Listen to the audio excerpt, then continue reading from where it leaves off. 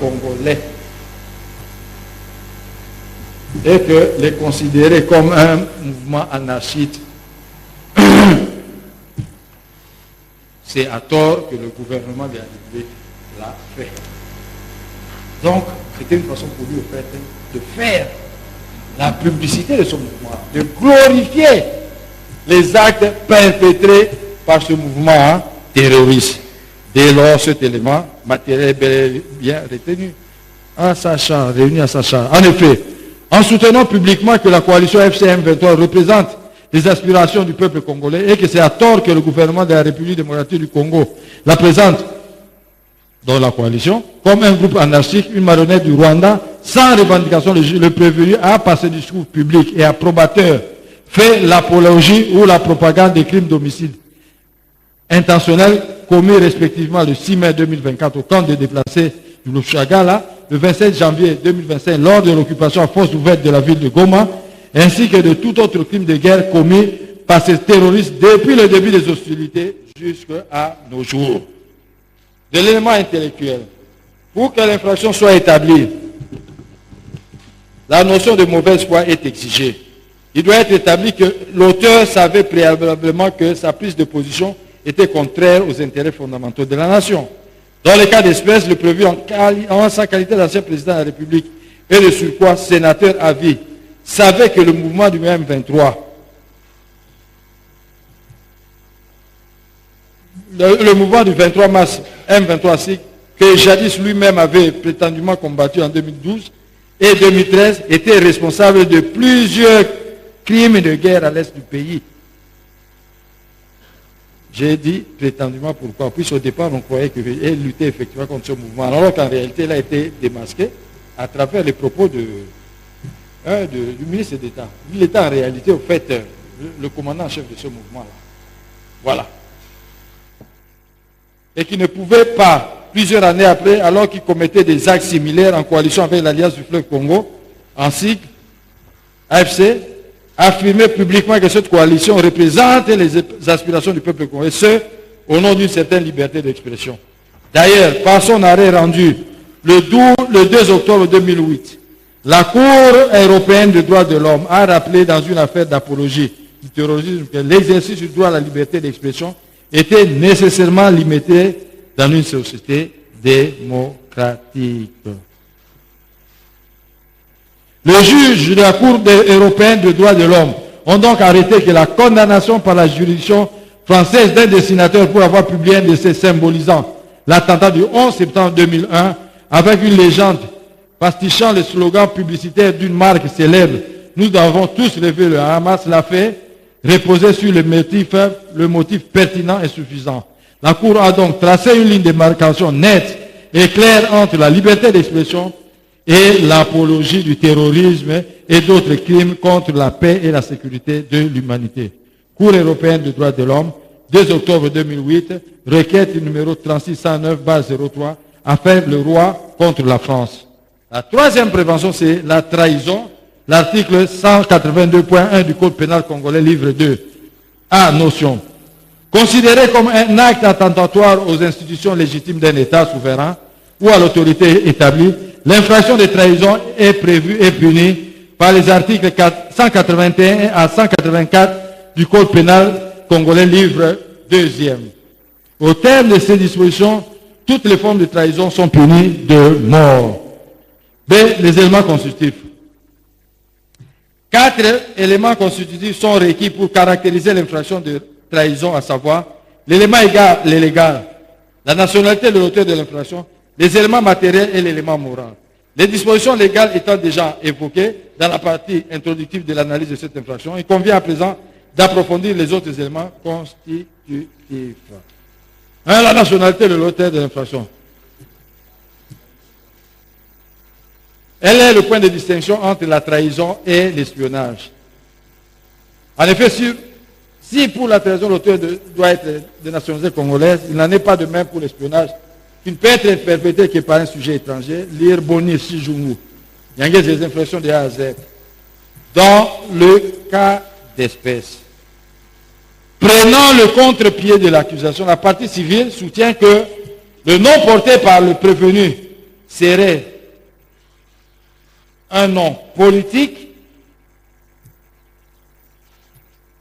et son identité véritable serait celle d'Hippolyte Kanangbe, d'autres ont parlé même de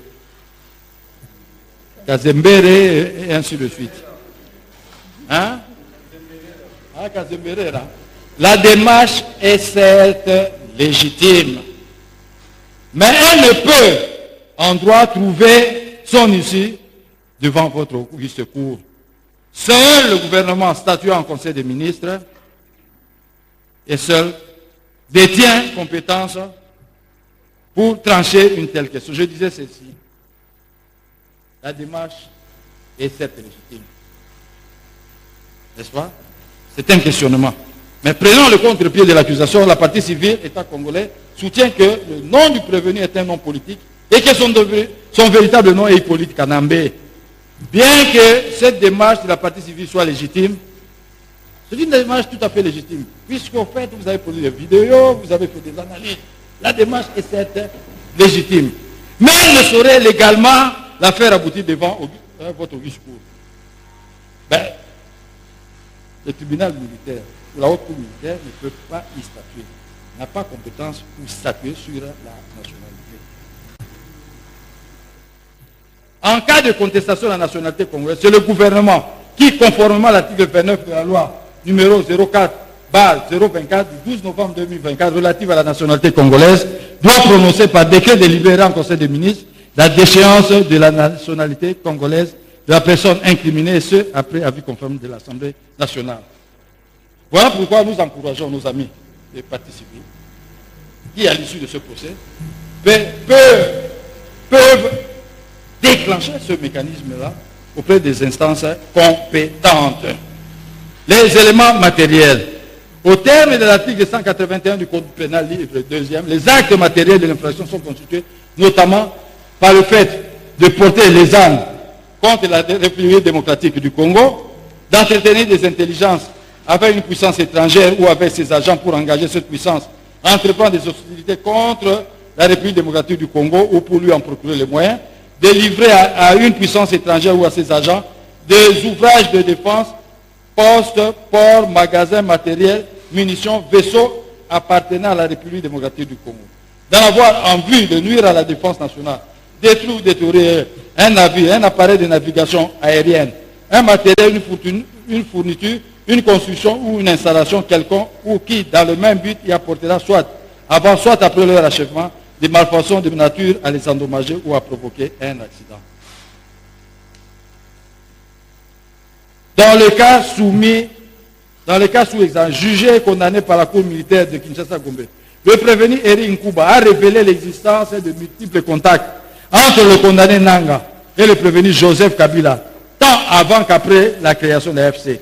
Il en est de même du condamné Kianga, qui a révélé la tenue à l'époque d'une réunion à Kigali, à laquelle ont pris part des généraux et autres officiers rwandais, des dirigeants du M23, ainsi que M. Corneille Nanga. Réunion au cours de laquelle ce dernier, qui était représentant personnel du prévenu Joseph Kabila Kabange, sera désigné en qualité de coordonnateur de la coalition MC-M23. Dans ses aveux, le condamné Eric Kuba a également décrit les échanges téléphoniques entre Nanga et le prévenu Joseph Kabila, au cours desquels il débattait sur les options envisagées, notamment l'assassinat de l'actuel chef de l'État, projet soutenu par le Rwanda ou son renversement par la force, solution de rechange soutenue par Kabila. Ce qui, à cet effet, confirme le statut de précité en tant qu'agent du Rwanda, puissance étrangère hostile à la RDC. Voilà. C'est le point 2 qui nous intéresse, qui dit, notamment le fait d'entretenir des intelligences avec une puissance étrangère ou avec ses agents pour engager cette puissance à entreprendre des hostilités contre la République démocratique du Congo ou pour lui en procurer les moyens. Puissance étrangère dans le cas de c'est le Rwanda. Je le tiens d'écrit, monsieur le président, distingué juge, comme je viens de le souligner. Eric Nkuba qui a été longuement entendu par l'état-major renseignement. Monsieur le président, distingué juge. Il a même décrit le projet arrêté par le Rwanda en vue d'assassiner l'actuel chef de l'État. Félix Antoine Tshisekedi Tshilombo. N'est-ce pas? Et puis, lui va conseiller aux Rwandais la non-exécution de ce projet criminel, tout en proposant une solution de rechange. C'est-à-dire, au lieu de le tuer, il faut plutôt le chasser par un coup de force, de peur que vous puissiez le rendre héros national. Voilà, Monsieur le Président. Ici, au fait, la puissance étrangère sur le Rwanda. Les agents sur le M23. Donc cet élément constitué bel et bien réuni dans le chef de prévenu. Outre les aveux des condamnés précités, le prévenu en sa qualité d'ancien président de la République et sénateur à vie s'est résolu de passer outre l'obligation générale de dignité, de patriotisme et de loyauté envers l'État à laquelle il est soumis, en s'identifiant comme étant maître de la coalition FC M23 qui va rejoindre à Goma après un bref passage au Rwanda. Il ressort en définitive des faits tels qu'exposés que le prévenu Kabila a entretenu des intelligences avec le Rwanda, une puissance étrangère hostile à la RDC et ses agents, à savoir la coalition FCM23, qui a eu pour conséquence le déclenchement des hostilités contre la République démocratique du Congo. De l'élément moral, l'infraction de trahison n'est punissable que si la responsabilité morale de l'agent se trouve engagée. Celle-ci résulte de l'animus hostilis ou de l'intention de lèse-patrie manifestée par la personne visée à travers l'un ou l'autre acte spécifié par la loi. Dans son arrêt rendu RPA 009-06 du 28 juillet 2006, la Haute Cour militaire a jugé que l'élément intentionnel de l'infraction de trahison ou de complot est établi dès lors que le prévenu sait qu'il œuvre contre les intérêts de son pays ou que son entreprise est de nature à nuire aux institutions de celui-ci. Lire bulletin des arrêts de la Haute Cour militaire, année 2003-2010, deuxième édition, page 45 à 62. Dans ses conclusions, la partie civile estime que le prévenu n'étant pas un national, les faits lui reprochés doivent être qualifiés d'espionnage et non de trahison. Le ministère public a vu que le juge pénal, étant saisi des faits et non des qualifications, j'ai dit que le juge pénal étant saisi des faits et non des qualifications, il lui appartient de donner aux faits leur qualification adéquate. Le parti civil vous demande de requalifier. Vous êtes étant saisi de faits et non des qualifications. Il vous appartient justement de retenir la qualification la plus adéquate. Du complot. Nous sommes en train d'adhérer, Monsieur le Président du Seigneur juge. Au terme de l'article 213 du Code pénal congolais, livre 2e, il y a complot dès que la résolution d'agir a été arrêtée entre deux ou plusieurs personnes. Le législateur ayant défini de manière claire le complot, il y a lieu d'examiner les éléments constitutifs. Les éléments constitutifs. L'analyse conjointe des articles 195, 196 et 213 du Code pénal congolais, livre 2e, révèle que le complot requiert pour sa réalisation d'abord une résolution d'agir, suivie d'un accord entre plusieurs personnes, c'est-à-dire une entente pour commettre une infraction. Cet accord doit être accompagné d'un dessein commun, c'est-à-dire d'un plan concerté pour atteindre un objectif illégal plutôt. De plus, il faut que les comploteurs aient participé à la préparation de l'infraction et qu'ils aient incité d'autres personnes à y prendre part. Enfin, il est nécessaire de prouver que cet accord ou les actions qui en découlent ont été effectuées dans le but de commettre un acte criminel. La résolution d'agir. Il est évident que la pensée est libre et la loi ne la punit pas, même si elle est criminelle. Mais si cette pensée criminelle se transforme en un décès, la pensée est libre. N'est-ce pas? La loi ne la punit pas, même si elle est criminelle. Donc lorsque vous êtes en train de penser là, de commettre une infraction, vous savez, on dit la pensée est libre. N'est-ce pas? La loi ne la punit même pas, même si elle est criminelle. Mais si cette pensée criminelle se transforme en un dessein, nous avons alors ce que l'on appelle la résolution, qui est un élément de complot. Celle-ci implique une volonté précise bien arrêtée. Il importe peu qu'elle soit comme il est habituel, tenue secrète, ou au contraire, comme il peut se faire, elle soit ou rendu public ou simplement connu des autorités. De même, le crime est constitué même si la résolution est conditionnelle ou si elle est assortie d'un terme incertain. Lire Encyclopédie Dalloz, volume complet cité par le général Ikulia Bolongo dans son réquisitoire du 20 août au 1er septembre 1975 dans le procès des conspirateurs. Dans le cas sous examen, la résolution d'agir s'agissant de prévenir Joseph Kabila Kabange a été manifestement par sa légitimation des actes terroristes et des crimes graves commis par la coalition AFC M23. Il a légitimé ces actes. Il a considéré que ce mouvement-là représentait les aspirations du peuple congolais. Il a déclaré. Et son porte-parole, le nommé Ikayabin Karoubi, est allé dans le même sens. Il a déclaré publiquement aux États-Unis que le prévenu poursuivait les mêmes objectifs que le M23. Donc ils étaient dans le complot, Monsieur le Président, distingué juge. En effet, le refus par lui de dénoncer et de condamner les actes perpétrés par la dite coalition constitue une preuve par excellence et confirme la thèse irréfutable selon laquelle il est à la base de la création de l'Alliance Alliance Fleuve Congo, AFC en sigle, tel que démontré par l'homme d'État, le ministre Moïno Zangui. 2. Une résolution concertée et arrêtée entre deux ou plusieurs personnes. L'essence du complot réside dans l'entente entre plusieurs personnes pour commettre une infraction. Ainsi, le complot n'existe que dans la mesure où il y a entente entre plusieurs personnes qui se concertent pour agir. Autrement dit, dans la mesure où il y a réunion des volontés coupables dans un même but, ou mieux encore, fusion de ces volontés coupables dans un même but. Général Ikulia Bolongo, lire réquisitoire, procès de conspirateurs du 20 août au 1er septembre 1975, page 56. Dans le cas sous examen, cette entente a eu lieu entre, d'une part, le condamné Corneille Nangaa et les autres acteurs de la coalition FCM 23 et d'autre part avec le prévenu Joseph Kabila Kabange.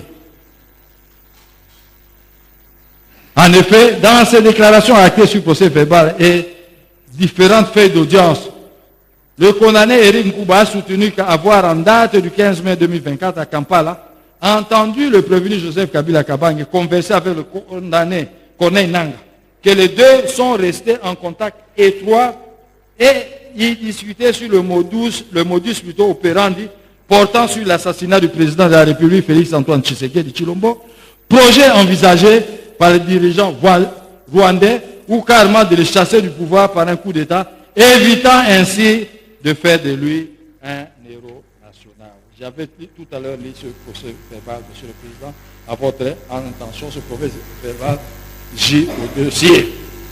Les révélations faites par Eric Nkouba attestent qu'il s'agit bel et bien d'une résolution d'agir de manière concertée et arrêtée entre Kabila Nangaa et le reste des acteurs de la coalition. Oui, il y a eu concertation, Monsieur le Président, entre le prévenu ainsi que les autres membres de la coalition, puisqu'ils échangeaient à ce propos. Donc, la résolution avait été arrêtée. L'objectif recherché, il faudrait éliminer physiquement le chef de l'État, et finalement, lui va proposer une solution de rechange. Ça dit que non, il faut le chasser par coup d'État de faire de lui un héros national. Vous savez, Monsieur le Président du Seigneur juge, le chef de l'État actuel, lorsqu'il a pris le pouvoir, il a posé un acte extraordinaire. N'est-ce pas? Il a dédié ce pays entre les mains de Dieu. Donc, il jouit de la protection divine. C'est comme ça que tous ces comploteurs-là, on finit toujours par les arrêter, Monsieur le Président du Seigneur, les juges. On finit toujours par les arrêter. 3. Le but poursuivi par le comploteur. Le dessein commun doit porter sur un objectif commun, un plan précis pour réaliser l'infraction. Et dans la conception et la matérialité de ce plan, chaque participant doit avoir joué un rôle dans la préparation ou l'exécution de l'infraction, ou avoir incité d'autres personnes à y prendre part. En l'espèce, le complot a été arrêté depuis longtemps et le but aura été de détruire ou de changer le régime constitutionnel. D'ailleurs, dans son discours fait à l'étranger en date du 23 mai 2025, largement diffusé dans les médias, en ligne, le prévenu Joseph Kabila Kabange a clairement exprimé sa détermination à bouter dehors le régime en place à Kinshasa, qu'il qualifie de dictatorial, cristallisant ainsi la résolution d'agir de manière concertée. Acte matériel. La résolution de commettre l'infraction doit se manifester par des actes concrets, des actions qui tendent à la réalisation de l'infraction. En l'espèce, le complot ourdi a occasionné comme acte matériel concret l'occupation à force ouverte de plusieurs territoires dans les provinces du Nord et du Sud Kivu. Les crimes de guerre par homicide intentionnel, par viol, torture et déportation. Je disais, la résolution de commettre l'infraction doit se manifester par des actes concrets, des actions qui tendent à la réalisation de l'infraction. Justement, le complot ourdi a occasionné des actes matériels concrets. L'occupation à force ouverte de deux provinces, les actes d'homicide perpétrés, les viols, les pillages et ainsi de suite. L'élément moral. Il est nécessaire de prouver que les participants avaient la volonté de commettre l'infraction visée. En effet, l'élément moral du complot se réfère à l'intentionnalité malveillante et à la préméditation qui caractérise un complot. Il ne suffit pas qu'il y ait une entente entre plusieurs personnes pour qu'il y ait complot. Il faut aussi que cette entente ait pour but de nuire ou de commettre un acte illégal. Dans le cas d'espèce, le prévenu Joseph Kabila Kabange s'est résolu de concert avec le condamné Corneille Nangaa de changer le régime constitutionnel en place en renversant l'actuel président de la République par la force, et ce, sachant qu'un tel acte était susceptible de s'aimer le désordre et la désorganisation au sein du pays. La prévention suivante, c'est la cinquième, Monsieur le Président, c'est l'organisation d'un mouvement insurrectionnel. C'est la toute dernière prévention avant de passer à l'appréciation de preuves. Définition. Terme de l'article 136 du Code pénal militaire constitue un mouvement insurrectionnel, toute violence collective de nature à mettre en péril les institutions de la République ou à porter atteinte à l'intégrité territoriale. L'article 139 de la même loi réprime le fait de diriger, d'organiser ou de commander toute violence collective de nature à mettre en péril les institutions de la République ou à porter atteinte à l'intégrité du territoire national. Il y a lieu de relever que, contrairement à la participation à un mouvement insurrectionnel, prévu aux articles 136, 136 et 138, la triple infraction de l'article 139 n'est point plus rare. C'est-à-dire l'une ou l'autre de ces infractions peut être perpétrée par un seul individu ou par plusieurs, mais en participation criminelle. Il convient de noter que ce comportement criminel énerve au premier chef le constituant congolais, puisqu'il proclame à son article 52 de la Constitution, je cite, « Aucun individu ou groupe d'individus ne peut utiliser une portion du territoire national comme base de départ des activités subversives ou terroristes contre l'État congolais ou tout autre État. » Les notions importantes étant précisées, il importe d'examiner les éléments constitutifs de la triple infraction de l'article 139 dans le cas des faits de la présente cause. L'acte de direction et de commandement n'entrant pas en ligne de compte dans les faits de la présente affaire et ne sera pas abordé. Je dis que l'acte de direction et de commandement n'entrant pas en ligne de compte, puisque nous allons nous limiter à l'organisation. Il y a lieu d'analyser les éléments constitutifs, il y a lieu d'analyser respectivement les éléments matériels et l'élément intentionnel commun aux trois faits infractionnels. Les éléments matériels, il importe d'examiner l'élément spécifique à chaque fait punissable, sans oublier que l'un ou l'autre de ces faits doit porter sur la violence collective, formant légalement le mouvement insurrectionnel. A. L'élément matériel spécifique de chaque infraction.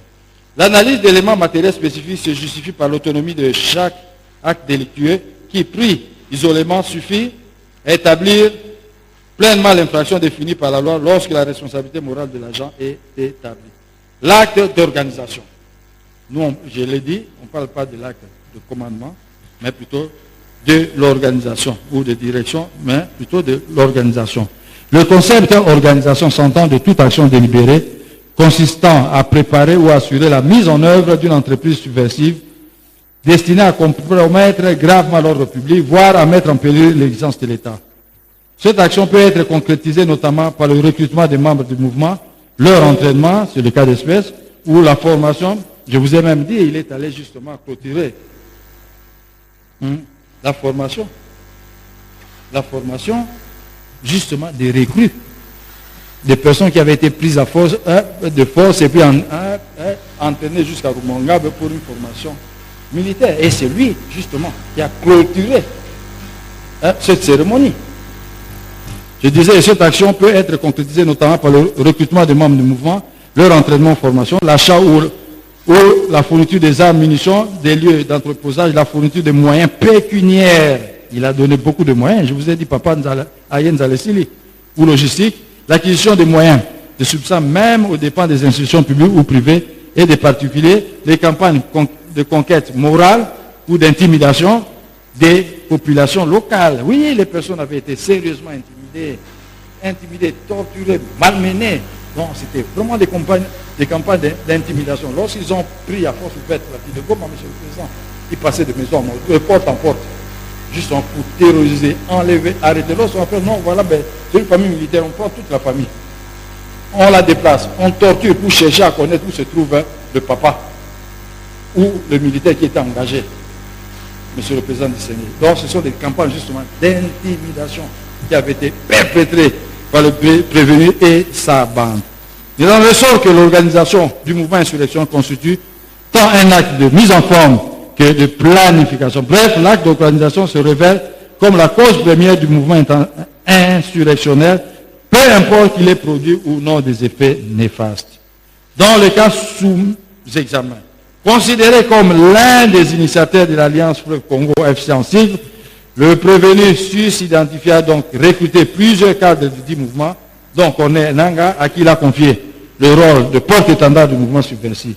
Outre le recrutement, le prévenu a également assuré l'approvisionnement en divers moyens aux insurgés de l'élément matériel.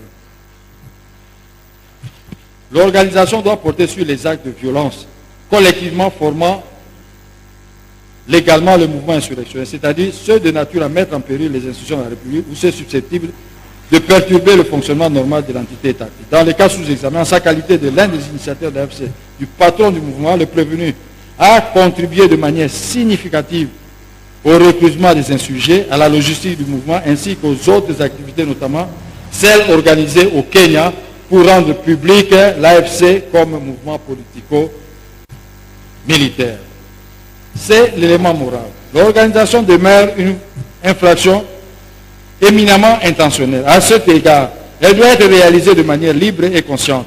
C'est-à-dire que l'auteur dont le champ d'application n'est point limité à une quelconque qualité, doit respectivement et lucidement savoir qu'il assure l'organisation des mouvements insurrectionnels. En un mot, le législateur exige de la part de l'agent de conception de cette infraction une action délibérée, perpétrée en connaissance du caractère subversif du mouvement, mis sur pied avec le concours d'autres membres. Dans les cas d'espèce, les faits de la présente cause, ainsi que les éléments de preuve recueillis, attestent que c'est de manière intentionnelle et délibérée que le prévenu a organisé à travers la coalition FCM 23 une violence collective de nature à mettre en péril les institutions de la République ou à porter atteinte à l'intégrité du territoire national. Droit à appréciation des preuves accusatoires retenues. En droit, la théorie de l'appréciation des moyens de preuve concerne la manière dont le juge évalue la crédibilité et la valeur probante des éléments de preuve présentés par les parties lors d'un procès. L'appréciation des preuves n'est pas arbitraire, mais doit respecter les principes et les règles spécifiques, notamment en matière de loyauté et de légalité de la preuve.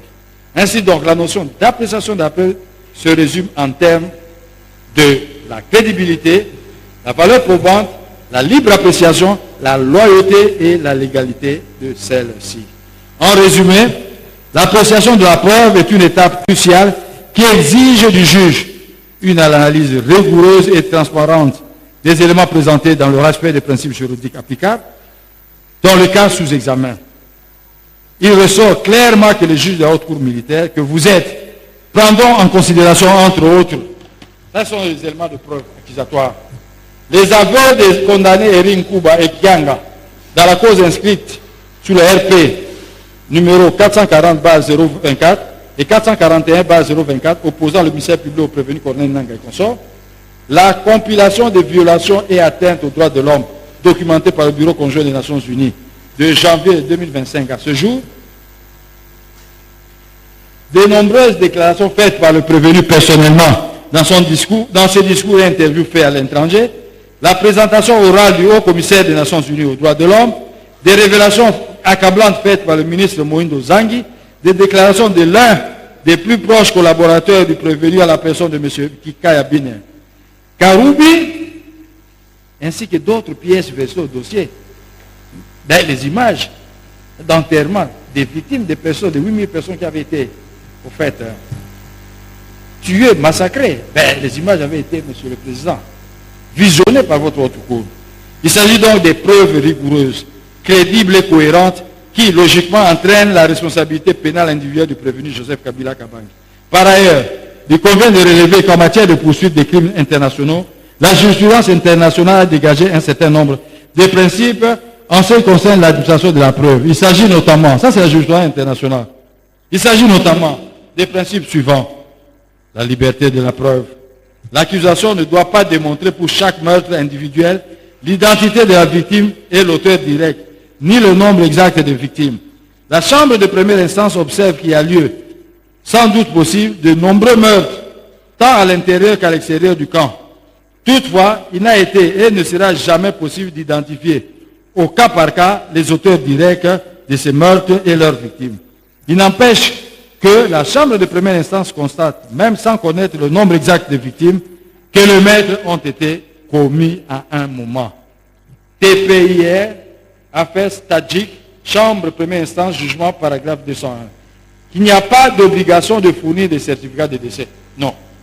Ça, c'est la jurisprudence internationale. Il n'y a pas, faut pas dire, oh non, voilà, l'officier lui n'a pas su démontrer que X, ou bien le chef de localité avait été tué. Non. On dit, non, il n'y a même pas besoin de produire au fait les certificats de décès. Qu'il n'y a pas d'obligation, ça c'est la jurisprudence internationale, de fournir des certificats de décès pour prouver le meurtre dans un contexte de crime de masse. Il n'est pas nécessaire de démontrer que le corps des victimes ont été retrouvés pour prouver leur mort. Ça c'est extraordinaire, Monsieur le Président. TPIR, affaire Sefer Alovitch, Chambre de première instance, jugement, paragraphe 37. Monsieur le Premier Président et honorable membre de la Haute Cour militaire, les faits hautement répréhensibles reprochés au prévenu Kabila Kabange Joseph et que nous venons d'établir, tant en fait qu'en droit, ont causé d'énormes préjudices à la République démocratique du Congo et à l'ONG des orphelins. Les dits préjudices sont à la fois moraux, matériels et financiers, conformément aux principes des articles 75 du statut de Rome, de la Cour pénale internationale, 258 et 259 du Code civil congolais, livre 3e, les victimes se sont constituées parties civiles et postulent leur droit à la réparation. Vous avez suivi, Monsieur le Président, distingué juge, l'intervention des parties civiles. Mais ils ont travaillé d'une manière méthodique. Ils ont mené des enquêtes sur terrain. À la DG, ils étaient là, à la DGD, ils étaient là. Hein? Donc, c'était des enquêtes fouillées. Et ils nous ont apporté les éléments d'appréciation, Monsieur le Président, des éléments fiables d'appréciation. Là où il y avait des doutes, elles vous ont demandé, plus les parties civiles, de vous réserver. Mais sinon, le travail était très très bien fait. Alors, je félicite mes alliés, les parties civiles, pour le travail abattu, Monsieur le Président du Seigneur juge.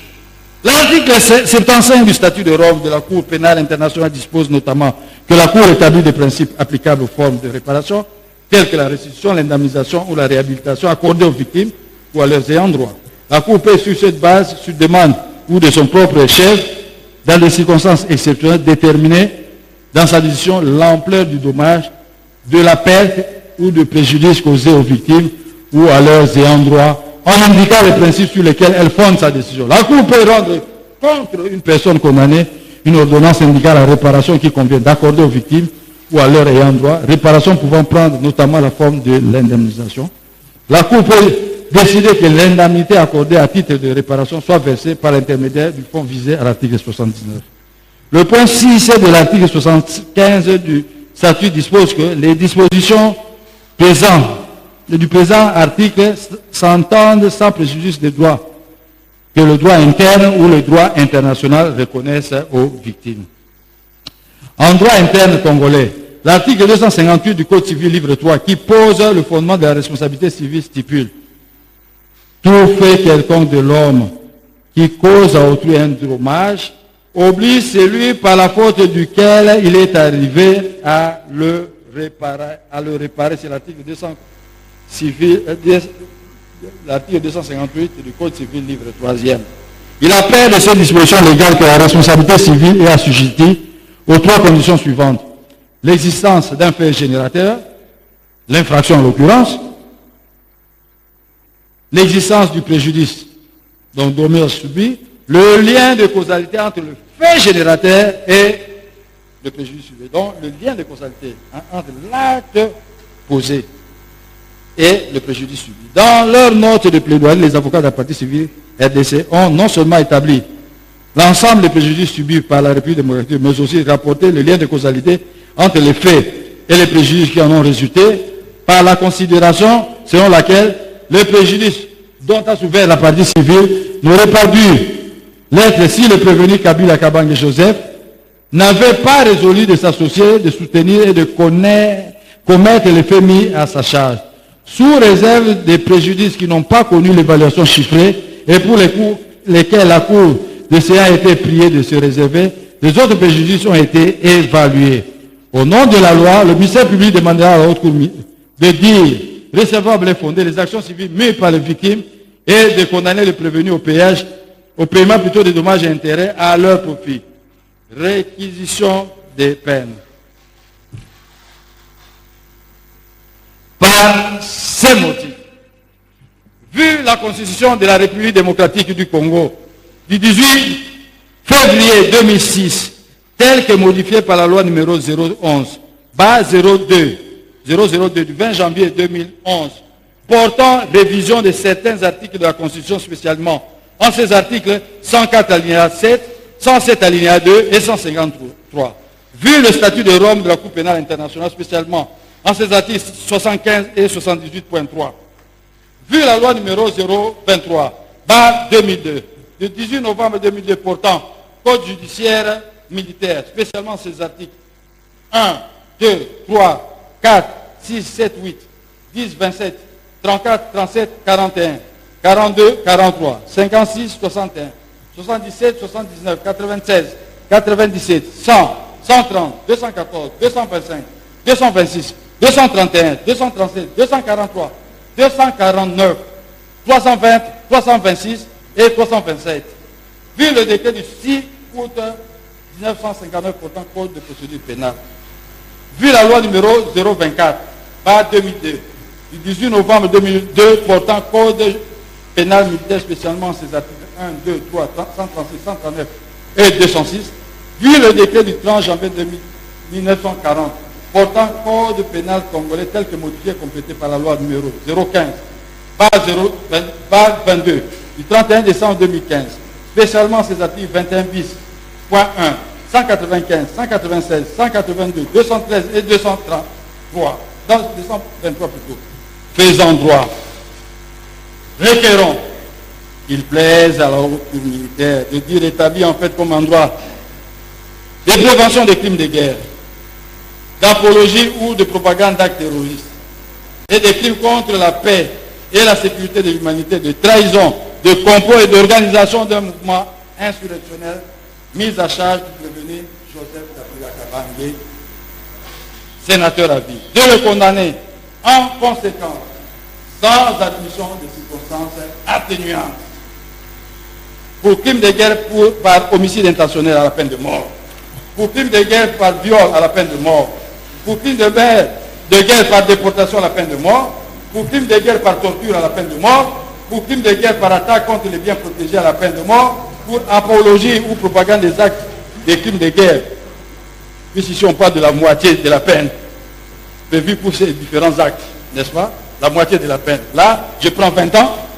Pour trahison à la peine de mort, pour complot, c'est ça le maximum, 15 ans de la principale, pour organisation d'un mouvement insurrectionnel à la peine de mort, de faire application des articles 7 du Code pénal militaire et 78.3 du statut de Rome de la Cour pénale et de ce fait ne prononcer qu'une seule peine, la plus forte, à savoir la peine de mort. De le condamner également au paiement de frais d'instance à tarifier par le greffe de votre haute cour payable dans un délai de 8 jours, francs ou à défaut, subir 60 jours de contrainte par corps en cas de non-paiement dans ce délai. De confirmer la mise sous séquestre des biens devenus Joseph Kabila, la banque, de le condamner en outre à telle autre peine que la haute cour militaire entendra en bonne justice être convenable et juste, d'ordonner son arrestation immédiate. Ainsi, vous aurez rendu justice à la nation congolaise. J'ai dit, je vous remercie.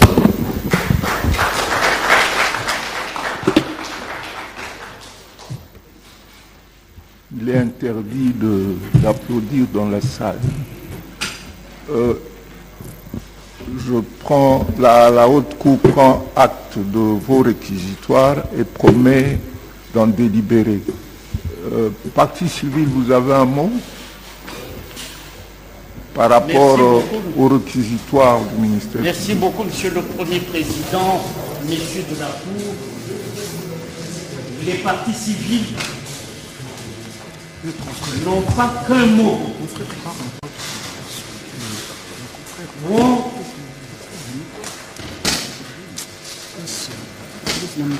Ici, les partis civils voudraient lever tout équivoque par rapport à la réserve indue de notre allié, le ministère public.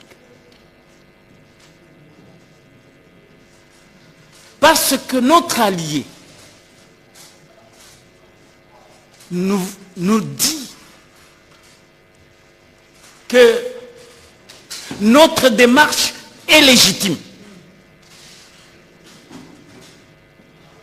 sur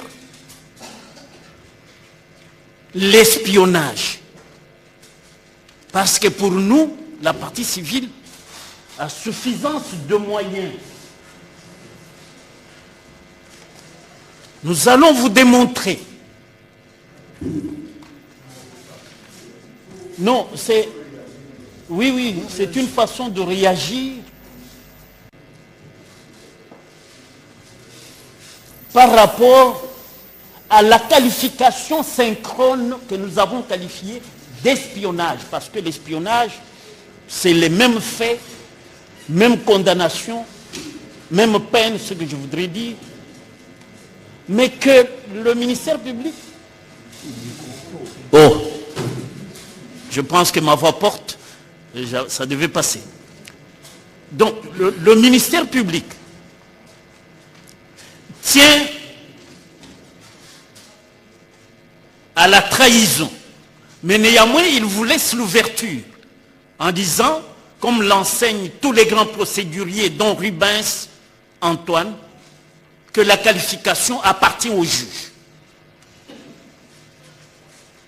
C'est pourquoi les partis civils, à suffisance de preuves, vous ont démontré en matière pénale, quand il y a des présomptions graves, concordantes et constantes, il n'y a aucun doute. Kabila est rwandais. Il s'appelle Kanambe Hippolyte. La constitution rwandaise est là. Je passe d'abord par les présomptions. M. Kabila, aujourd'hui là, est gardé par les forces spéciales rwandaises. Quand il veut venir à Goma, il passe par le Rwanda, obtient des instructions de M. Kagame. M. Kabila se réunit d'abord avec les Nanga et les autres au Rwanda avant de venir à Goma. Et quand il est à Goma, il loge dans les frontières rwandaises.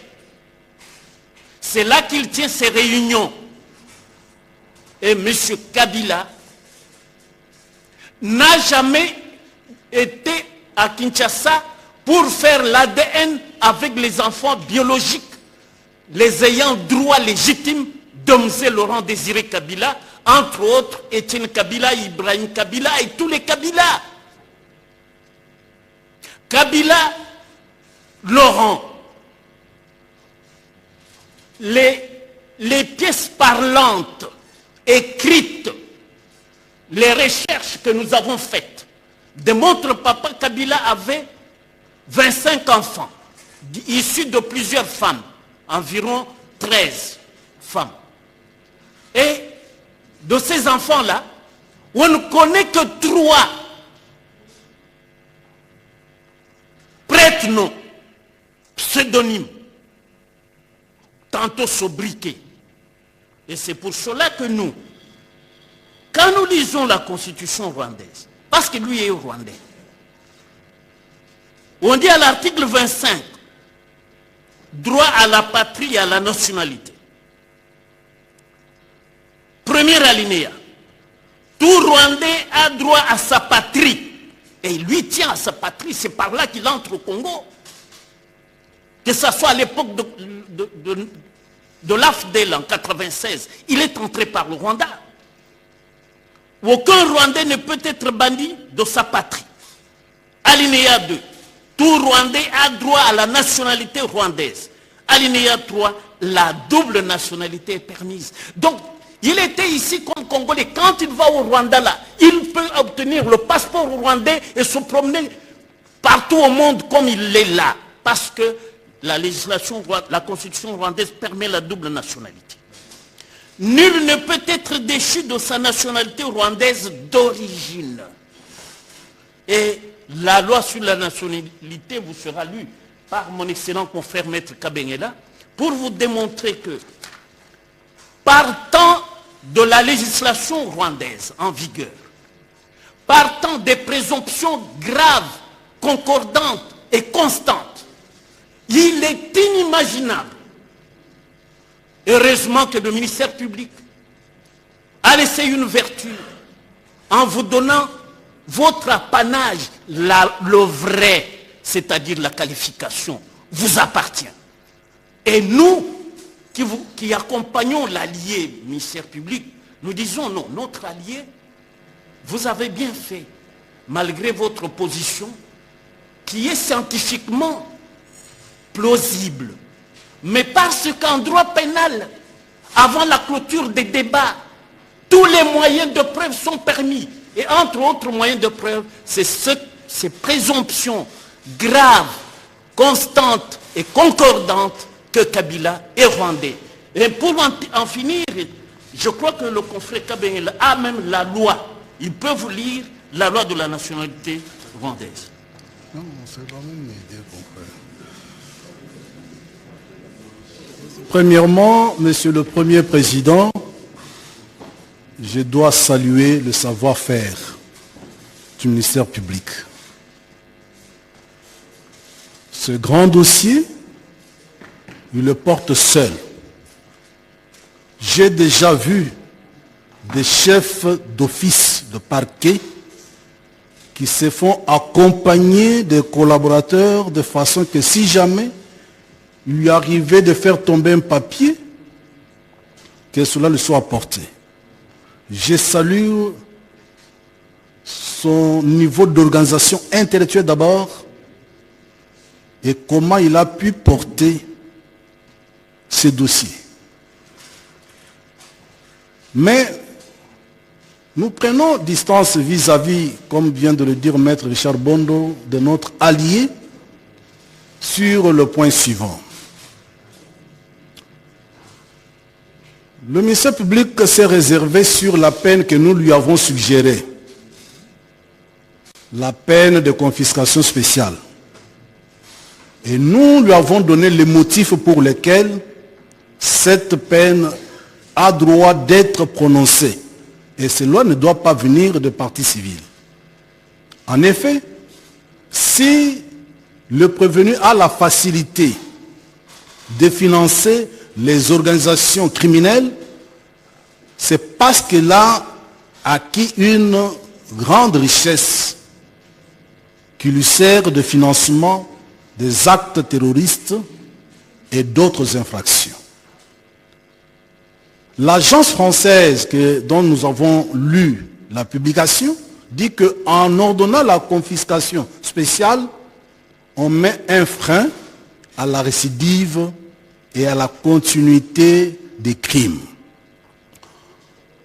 Le ministère public dit notre démarche tendant à la réqualification de faits est légitime et que vous êtes souverain, mais ne nous suit pas dans cette démarche. Nous recommandons une démarche qui n'a pas de chance d'aboutir, je vais le démontrer.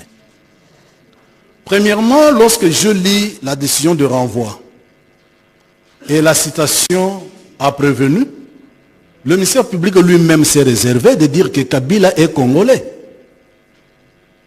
Notez que nulle part il est dit qu'il est des nationalités congolaises, tant sur la décision de renvoi que sur la citation a prévenu.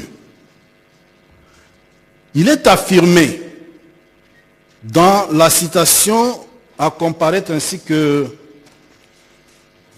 dans la décision de renvoi qu'il aurait eu pour mère Madame Sifa Mahania.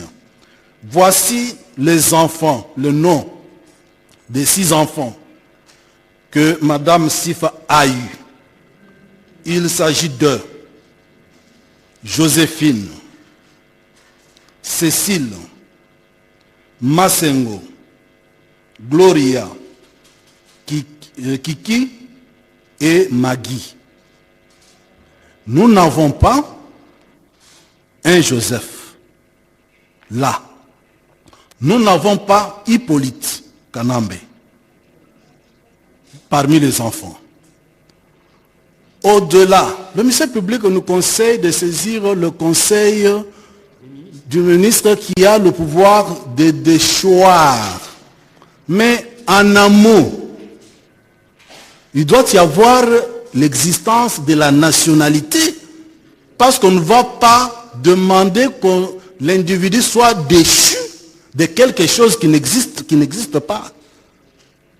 La question que nous avions soulevée hier, est-ce que le ministère public a dans le dossier la seule preuve qui établit que Kabila le prévenu est congolais? Voici la loi rwandaise sur la nationalité du moment où il naissait. Nous avons l'article 1er de la loi du 28 septembre 1963. Il est dit ceci, sur la nationalité rwandaise. Et rwandais, tout individu né d'un père rwandais ou dont la possession d'État de Rwandais est établie. Contrairement à chez nous, nous n'avons pas la possession d'État de Congolais. Le Rwanda admet la possession d'État de Rwandais. C'est ça la différence. La possession d'État de Rwandais consiste à se comporter et à être traité continuellement et publiquement comme citoyen du Rwanda par les autorités et les populations de ce pays. Le ministère public l'a décrit comment il a la facilité, avant d'entrer à Goma, il passe par chez lui au Rwanda. Comment il est entré dans l'armée comme militaire? Ce n'est pas à partir de l'armée zaïroise. Il a été recruté par son oncle James Kabarebe. Et donc, lui, il est traité comme tel. C'est ça la possession d'État de Rwandais. Le peuple rwandais, Paul Kagame, James Kabarebe, le traitent comme leur frère, comme leur compatriote. Alors que quand nous venons ici, les enfants kabyles le contestent. lui réclament le test ADN pour comparaison. Quand nous revenons ici chez nous, notre nationalité ne peut être détenue concurremment avec une autre, alors que le Rwanda le permet. Article 3. Sont rwandais. L'enfant légitime né d'un père rwandais, comme le cas de papa Christopher Kanambe. 2. L'enfant légitime né d'une mère rwandaise et d'un père sans nationalité ou de nationalité inconnue. 3. L'enfant naturel dont le père, à l'égard duquel la filiation a été établie, est rwandais. 4. L'enfant naturel né d'une mère rwandaise lorsque sa filiation paternelle à l'égard d'un père de nationalité étrangère.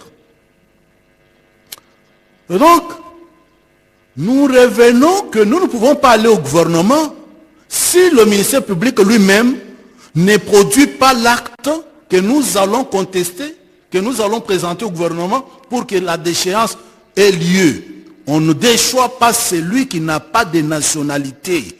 Ici, chez nous, la nationalité congolaise s'établit uniquement par le certificat de nationalité. Chez nous, il n'y a pas de possession d'état de Congolais.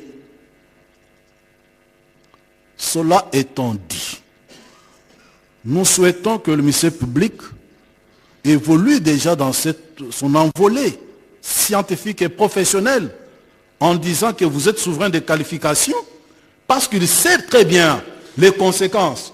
Nous avons été menacés par le proche de Kabila toute la soirée d'hier. Il pense que cette question, c'est une question politique. Ce n'est pas une question politique. C'est une question juridique. Et SIFA est présente que Kabila s'offre avec SIFA, qu'on constate qu'il serait le fils de SIFA. Les enfants Kabila lui réclament, il refuse de s'offrir. Donc, on nous dit, et voici ce qui se passe maintenant dans la boîte politique du prévenu. Vous les condamnez pour trahison, vous faites de lui automatiquement un Congolais. Est-ce que vous avez la preuve au dossier? Et alors, celui qui a posté, ce fut un certain ancien directeur de cabinet. Il souhaite lui-même, vous comprenez maintenant l'intérêt, il souhaite à tout le moins que le prévenu soit condamné pour trahison. Est-ce que vous comprenez l'intérêt? Mais ils évitent tout simplement l'espionnage. Mais nous, comme République démocratique du Congo, nous vous disons, dans le dossier, vous n'avez pas de preuves, notamment, précisément plutôt, le certificat de nationalité. Or, l'infraction d'espionnage peut être commise par un étranger dont la preuve de l'extranéité peut être prouvée, tout comme elle peut être commise par un apatride. Si vous ne considérez pas Kabila comme rwandais, considérez-le que, à défaut de rapporter qu'il est rwandais, à défaut de rapporter qu'il est congolais, il est apatride et par conséquent, il est susceptible de commettre l'infraction d'espionnage. Nous avons dit et nous vous remercions. Je ne serai pas assez long parce que finalement tout ce que j'allais dire a été vidé. Félicitations à l'auditeur général. Il nous a partiellement consolés en requérant la condamnation à mort avec exécution immédiate. Moi j'ajoute sur minute. Arrestation immédiate, pas exécution. J'ai dit arrestation immédiate. Ah, ouais. Ah, je pense que c'est exécution immédiate. Ah non. Ah, là, je deviens triste encore. Là. Ok. J'aurais aussi souhaité que le contrat judiciaire soit étendu à Kagame et Kabarebe, mais bon, je ferme la parenthèse. Félicitations, l'organe de l'ONU présente un travail bien fourni, les confrères l'ont dit, sauf ce qui n'a pas tenu compte du contexte de la commission du crime. C'est ça le problème.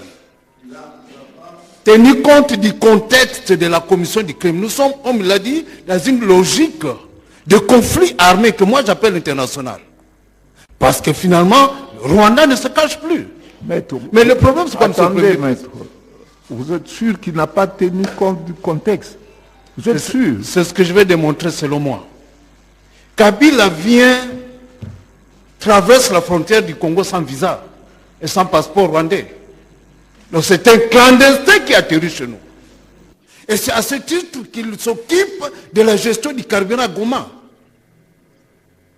Je sais que dans le monde du secret, que ce soit le renseignement militaire ou non, dans l'espionnage, on ne prospère pas avec sa vraie identité. C'est comme ça fonctionne. Et lui ne pouvait pas faire autrement. C'est pourquoi il va prendre le nom de Joseph Kabila. Alors, je prends l'hypothèse, il est congolais. Alors, il s'appelle comment? Joseph Kabila ou Joseph Kabila Kabang? Prenons l'hypothèse qu'il soit congolais. Quel est son nom? Or, l'article 56 du Code de famille est formel. C'est une disposition impérative. Ou vous vous appelez Joseph Kabila, ou vous appelez Joseph Kabila Kabang. Alors lui, il s'appelle comment?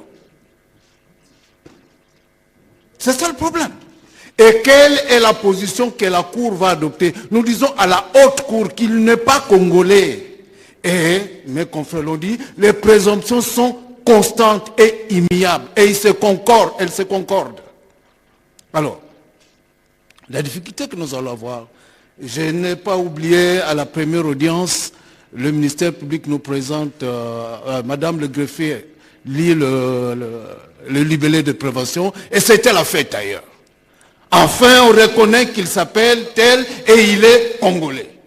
Imaginez, M. le Président, là ils attendent l'arrêt, qu'il soit condamné pour trahison. Nous proposons ceci, tout en respectant la position du ministère public, qui dit la même chose que nous. Nous vous donnons les faits. En fait, l'organe de la loi vous a donné les faits. Mais vous êtes libre de le qualifier. Et quand vous allez le qualifier, si je peux terminer sur le premier, quand vous allez le qualifier, vous allez tenir compte de toutes les preuves que nous avons apportées, qui n'est pas congolais. J'ai dit. Merci.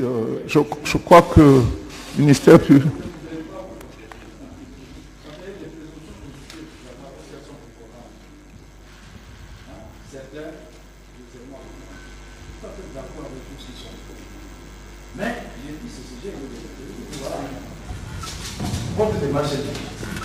La difficulté, c'est quoi? Cela ne relève pas de la compétence pour saisir les instances et les instances judiciaires, les instances compétentes. Quant à ceux, je suis d'accord avec vous. Mais j'ai également souligné que le juge est saisi des faits et non des qualifications. Et il appartient au juge ce soir de donner en fait la qualification la plus adéquate. Par rapport à la proposition. Rappelez-moi, madame. Les biens du bleu. Et les chars, ce sont les biens qui ont été identifiés. Ça vous demande de nous solliciter à la commission. Il faut bien justement nous communiquer la liste des biens à l'officiel. C'est comme ça que quelque chose se passe. Moi, j'ai identifié plusieurs biens. Les services ont identifié, c'est versé le dossier.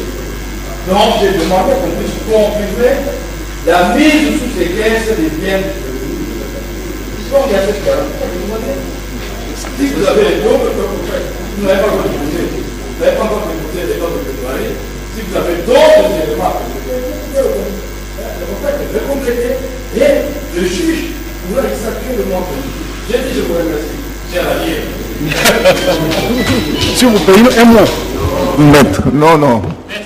Non. Je crois que la haute cour est suffisamment édifiée et elle va se prononcer sur cette cause en âme et conscience. Bien sûr, le texte dit qu'on prononce dans le délai légal et c'est ce que nous allons faire.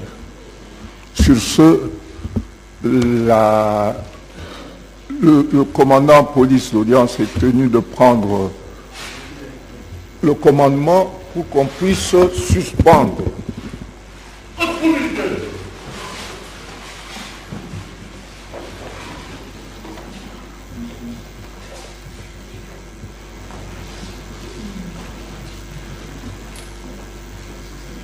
Attention, monsieur le caméraman, reculez un peu. Votre caméra coûte cher, hein? La haute cour n'a pas assez de moyens pour vous.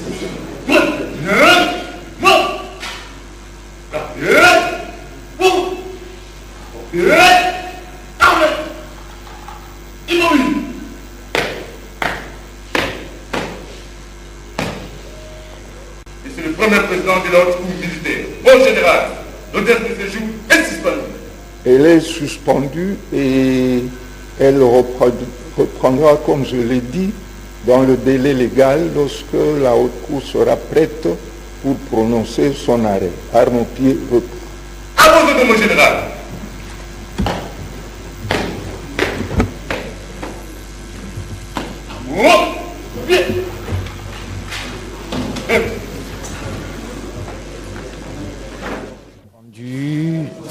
À ce procès qui oppose le ministère public au sénateur à vie Joseph Kabila Kabange. Vous avez suivi donc le débat.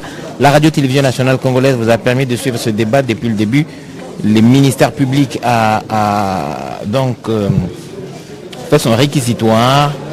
Il a requis la peine de mort contre le sénateur à vie Joseph Kabila Kabange. Il a commencé par présenter les faits, la discussion en droit. Ensuite, les peines requises. C'est ce qui a été fait dans un long processus d'exercice de confrontation des faits et du droit applicable. Le ministère public a fait ce qu'il a pu. Il appartient désormais à la haute cour d'analyser et de prononcer. Alors le prononcé interviendra dans le délai légal comme le premier président l'a dit et tout à l'heure, et il nous sera communiqué la date et la radio-télévision nationale congolaise se fera le devoir d'être présente pour vous faire vivre. Et justement ces moments historiques de notre vie en tant que nation.